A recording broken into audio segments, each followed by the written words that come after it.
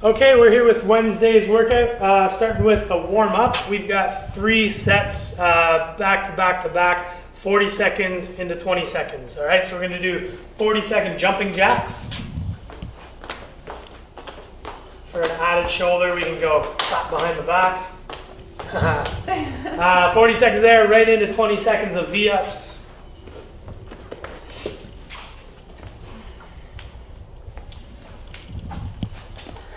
Pipes is coaching today. Cool. 20 seconds V-ups, and then we're going back to back to back. So we go right into the 40 seconds of jumping jacks and so on for 3 rounds. Okay. Then we're going to do scap pushes, but today we're going to go from our elbows. So we're going to do 10 reps, slow and controlled scap push. All right. So on the elbows, pushing the scaps away. You're going to feel a little bit more limited in this version. So trying to only isolate through the scap is very tough. Yeah, pushing away, protracting and retracting. We can drop the hips a little bit. Yeah, there we go. There we go. There we go. You feel the difference there? Oh, yeah. Yeah. So just making sure we're keeping everything in line, getting those, getting the shoulder blades to wing out on the protraction and squeeze back in on the retraction. Okay. Then we're going specific. We're going to do an AMRAP for our warm up, but it's not really an AMRAP. It's just we got 3 minutes to do very controlled reps of 20 bird dogs. Squeezing the glute, keeping the abs tight. 20 alternating bird dogs. Cool. And then we're going to go 10 alternating dead bugs.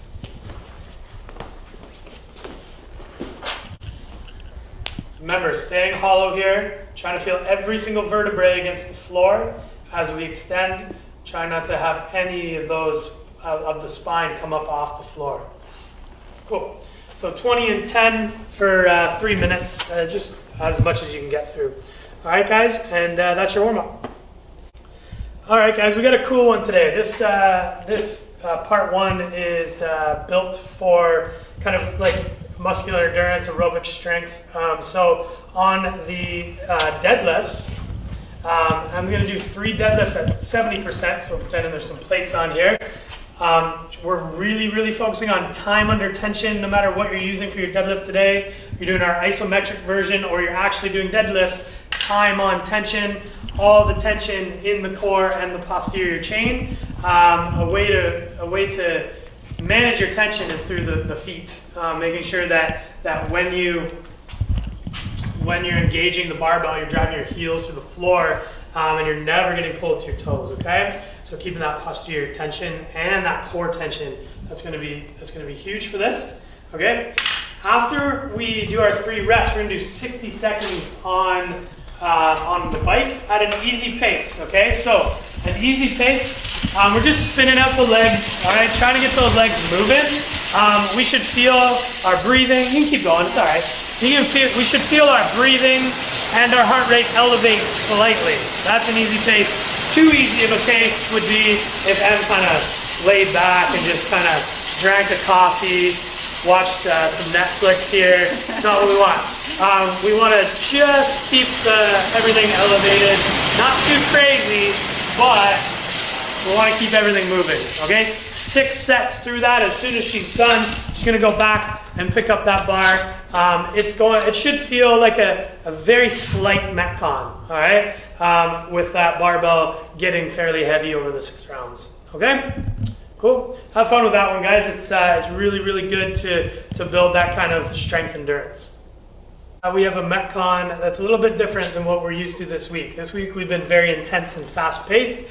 We're going to get nice and long and consistent here, okay? So we're starting with a bike, all right, a nice long bike. Then we're going to a one-handed farmer carry lunge. This is going to add some stability limitation, but I think we'll be okay. And then we're going to do some handstand walking.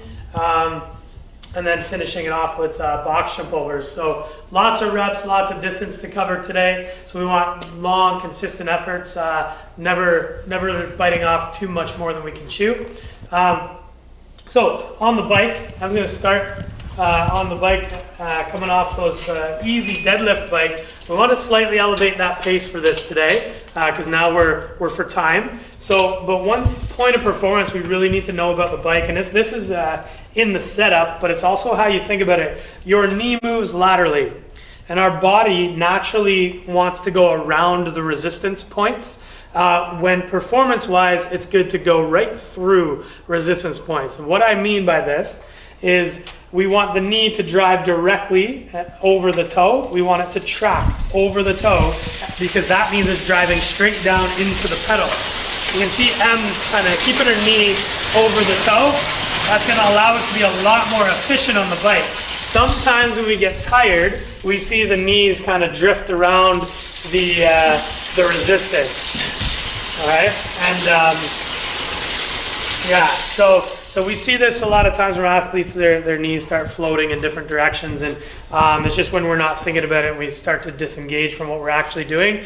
Try to stay focused with stacking the knee over the toe. Driving force goes right through the pedal, and you'll be very efficient on this bike. So coming off the bike, going to the lunges, our legs are going to feel pretty heavy. There will be some limitation between the bike and the posterior chain here. So I'm going to take that weight on one side, and she's going to stabilize through her lunges for 200 feet. So we're making sure that we're keeping that weight back on the heel. We're standing nice and tall.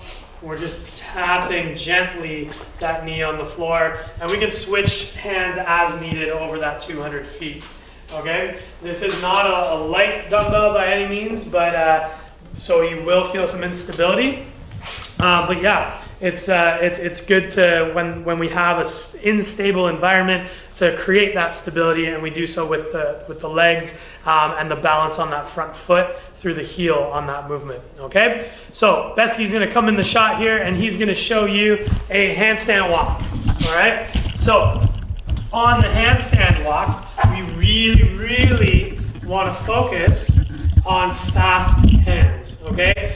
There is no upper body in this workout. We haven't really done a lot of upper body today at all, so we want to get moving fast. This is our chance to push and really bring it home. So Besky's gonna come into the shot here, and he's gonna show you some nice quick hands on his handstand walk, leaning into each step.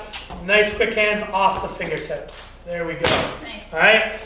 Good job, Esky. So nice short steps, quick hands is what we're looking for. Not big long steps. That's just gonna slow things down. All right. When we're done with 200 feet, we're back to M now, and we're gonna go box jump overs. On the box jump over, we got 60 reps. This is our last movement. We're sending it home from here, but it's still a lot of reps. So what we want to do is we want to be consistent with our rhythm. Find a rhythm and get to it. There's kind of two main ways to do box jump overs. So we're going to start with one way, the lateral jump. All right, so I'm going to do our nice good lateral jump.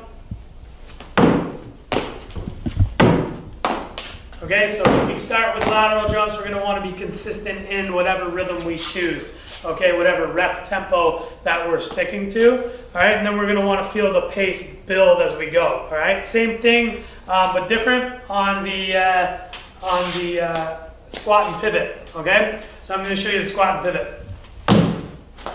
All right, this one's a lot less movement, so her torso doesn't move much at all, and then she's a lot more leg loading on that one though. So heart rate's going to jack a little bit more on the lateral jumps, and then we're going to feel a little bit more muscular fatigue on the squat and pivot. So choice is yours, whatever you're feeling, but once I pick one, I would try to stick to it unless you made a drastically wrong choice. All right, guys, so nice consistent efforts until the end on these box jumps. Just feel that pace build, and then when we get towards the end, send it home hard. Have fun.